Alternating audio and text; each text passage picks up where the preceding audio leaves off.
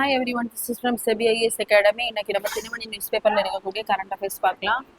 First பார்த்தீங்க அப்படின்னா, ஆம் ஆத்மியின் 7 எம்பிக்கள் கட்சியில் இருந்து திடீர் விலகல், பாரதிய ஜனதாவில் இணைந்தனர்.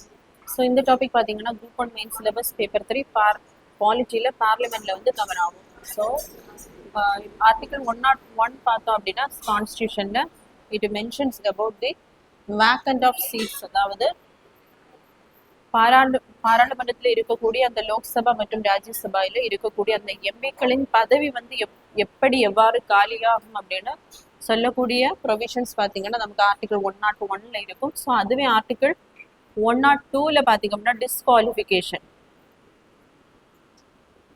எந்த ப்ரொவிஷன் அடிப்படையில் பார்த்தீங்க அப்படின்னா மெம்பர் ஆஃப் பார்லமெண்டா இருக்கிறவர்களுடைய அந்த பதவி வந்து பறிபோகும் அப்படின்னு சொல்லக்கூடியதான் ஆர்டிகல் 102. ஸோ இது பார்த்தீங்க அப்படின்னா என்னென்ன ப்ரொவிஷன்ஸ் வந்து மென்ஷன் பண்ணியிருப்பாங்க அப்படின்னா, அன்சவுண்ட் மைண்ட், மேபி அவங்க இந்த மெம்பர் ஆஃப் பார்லமெண்ட் அப்படிங்கிற பதவியில் இருக்கக்கூடிய தகுதி இல்லாதவர்களாக இருக்கிறார்கள் அப்படின்னு கோர்ட் வந்து ஜட்ஜ்மெண்ட் கொடுத்துருந்தாங்க.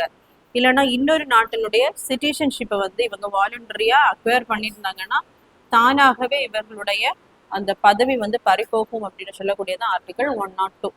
ஸோ இதுவே இனி எக்ஸ்ட்ராவா டிஸ்குவாலிஃபிகேஷன் பண்றதுக்கு நீங்க ஏதாவது ப்ரொவிஷன்ஸ் எக்ஸ்ட்ரா ஆட் பண்ணணும்னா ஆட் பண்ணிக்கலாம். அதுவும் பாராளுமன்றம் தான் என்ன பண்ண முடியும்னா புதிதாக அந்த ப்ரொவிஷன்ஸை வந்து ஆட் பண்ணணும் அப்படின்னு பாராளுமன்றத்திற்கு அதிகாரம் கொடுக்கக்கூடிய அந்த ஆர்டிகல் தான் பார்த்தீங்க அப்படின்னா 102 ஆர்டிகல். ஸோ இதன் அடிப்படையில் பார்த்தீங்கன்னா நமக்கு அடுத்தபடியாக people of representation act,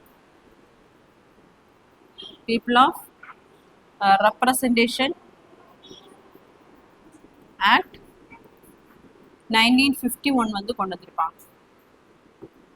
so இதன் அடிப்படையில் பார்த்தீங்கன்னா இன்னும் நிறைய ப்ரொவிஷன்ஸை வந்து ஒரு மெம்பர் ஆஃப் பார்லமெண்ட், அதாவது லோக்சபா மற்றும் ராஜ்யசபாயில் இருக்கக்கூடிய அந்த மெம்பர் ஆஃப் பார்லமெண்டருடைய பதவி வந்து எவ்வாறு பறிபோகும் அப்படிங்கிற சில புதிய நடைமுறைகளை வந்து இந்த பீப்புள் ஆஃப் ரெப்ரசன்டேஷன் ஆக்ட் அடிப்படையில் ஆட் பண்ணியிருப்பாங்க. ஸோ என்னென்ன ப்ரொவிஷன்ஸ் அப்படின்னு பார்க்கும்போது எலக்டோரல் அஃபென்சஸ்.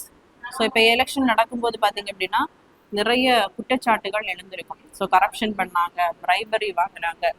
ஸோ அந்த மாதிரி அஃபென்சன்ஸ் வந்து அதாவது நிரூபிக்கப்பட்டால் அவர்களுடைய பதவி வந்து தானாக பறிப்போகும்.